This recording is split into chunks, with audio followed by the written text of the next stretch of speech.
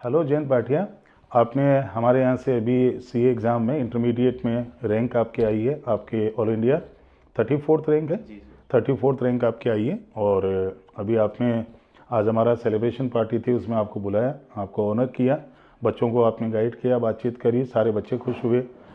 CA exams में foundation में भी आपने वन टाइम क्लियर किया था, अच्छे मार्क्स आए थे, हमारे यहीं पे आप स्टूडेंट थे। अभी इंटरमीडिएट में भी आपके बहुत अच्छे मार्क्स आए हैं और सारे सब्जेक्ट्स में आपके 8 सब्जेक्ट्स में एग्जामिशन है। 590 मार्क्स सिक्योर किए, ऑल इंडिया रैंक लाए हैं। दोनों बार आपने बहुत अच्छे से स्टडी करके बहुत अच्छे से अपने परफॉर्मेंस हमें दिए। I am very thankful for that. आगे आपके फाइनल के एग्ज़ाम्स अभी होंगे, आगे आर्टिकलशिप ज्वाइन करनी है, अच्छी कंपनी आपको लेगी। रैंक आने के बाद नो डाउट है जितनी भी सीए फॉर्म्स हैं वो रैंकर्स को इंक्लूडिंग बिग फोर्स वो प्रायोरिटी देती है और उसको उनको सबसे पहले एडमिशन देती है।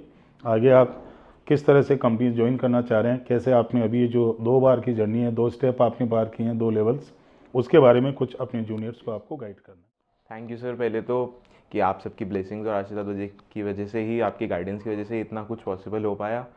और रही बात स्टडीज़ की, अगर मैं बोलूँ तो सर स्टार्टिंग से consistency he is the only कि जहाँ पे आप सीए का एग्ज़ाम पास कर सकते हैं। कोर्स तो सर बहुत वास्ट है। फाउंडेशन का तो इट वाज जस्ट लाइक 1/4। उसके बाद जितना आप आगे जाते जाओगे कोर्स बढ़ता जाता है। तो बस आपको मेरी तरफ से यही बोलूँगा मैं कि एक बार को क्लासेस सारी लेनी है और मॉक्स एटलीस्ट फुली प्रिपेयर होके एक मॉक्स आप दे दीजिए। उसमें आप सेटिस्फाई हो जाएंगे कि हाँ, मुझे पेपर का फील लेना है कि मैं क्या एग्जाम में पूरा पेपर लिख पाऊंगा या नहीं लिख पाऊंगा।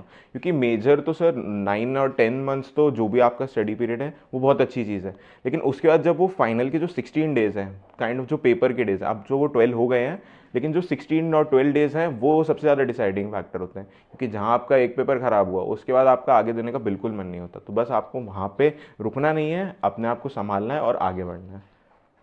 और बाकी क्लासेस वगैरह जो भी हैं वो सब फुल्ली कंप्लीट करके रखिए और ये आपको बहुत बेनिफिट देंगे। कॉन्सेप्चुअल तो यही है कि मतलब आपने बुक्स कर ली, आप जितने क्वेश्चंस कर लीजिए कम है एट द लास्ट, क्योंकि जो काम आएगा एग्जाम में वो आपके कॉन्सेप्ट्स और फंडामेंटल्स ही आएंगे। क्योंकि आपको क्वेश्चन तो कोई सीन मिलेगा नहीं, जो आपको करना है वो सब स्क्रैच से ही करना है। वहाँ पे आपको बस 3 घंटे में ये देखना है कि आप कितना क्वेश्चन बना पाते हो।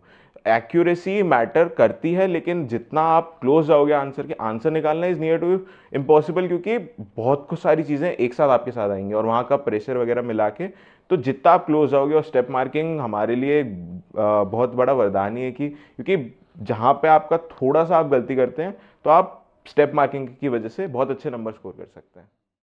Thank you so much. आज आप लोग यहाँ पे आए, आप इस समय अभी रिजल्ट बहुत अच्छा आया हो तो जगह जगह आप लोग को इनविटेशंस आ रहे होंगे, फैमिली में भी, रिश्तेदारों में भी, और इवन अपने दोस्तों में भी मौज मस्ती कर रहे हो। आज आप यहाँ पे आए उसके लिए बहुत बहुत धन्यवाद। आपने रिकग्नाइज़ किया हमारे इंस्टीट्यूशन को। एक अच्छी एक रेपो जो है मार्केट में जाती है, इस तरह से बच्चे यदि पढ़ते हैं और अच्छे से रैंक्स वगैरह लाते हैं, आगे भी आपके फाइनल्स के लिए मैं ईश्वर से प्रार्थना करूँगा कि फाइनल में भी आपकी रैंक आएगी अच्छे से। बहुत